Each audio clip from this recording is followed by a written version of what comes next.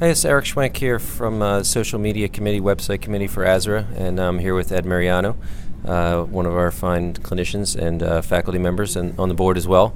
And we just wanted to get his thoughts on a couple issues that are pertinent, especially related to ASRA's role in perioperative medicine and also in the use of social media in education. But I guess to start off, you just finished up a session on education. If you could give a few words about some highlights from the discussion you just had. Sure. Yeah, I'd be glad to. So we had a great panel talking about the different advances in education and regional anesthesia around the world. It was a great discussion. We had Michael Barrington, we had Irvi Kalimag, we had Morny Wolmerans. Nabil did a great job moderating. The topic that I covered was social media for regional anesthesia education, and I think that this is an evolving topic.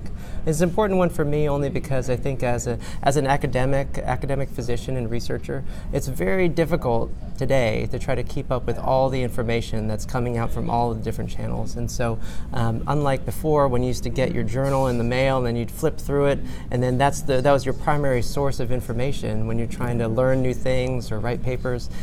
Today, there are thousands of new articles that are published every year in anesthesiology. And so what I try to use my social media platforms for is really to try to create a learning community.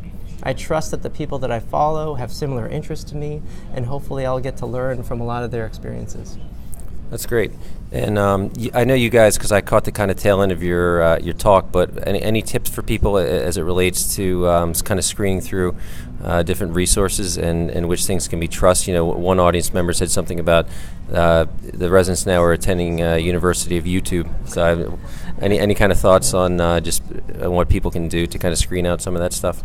I think probably the hardest thing for us as teachers is really to try to make sure our learners get good quality education. They're going to go to the internet no matter what, because that's just how we live today. And so for us, I think the best thing for us to do as teachers is actually get into that world as well. So we need to be there. We need to be looking up videos, trying to figure out what's out there, what's high quality, what's not high quality. And because we can't produce all of the content ourselves, we have to at least be good sources to curate the information for our trainees. So if we're able to, I think we should be able to find good sources. We can recommend them. We can post them to the ASRA website. They can be vetted. They can be rated by our members. But that's probably the best way that we can try to curate that content for people.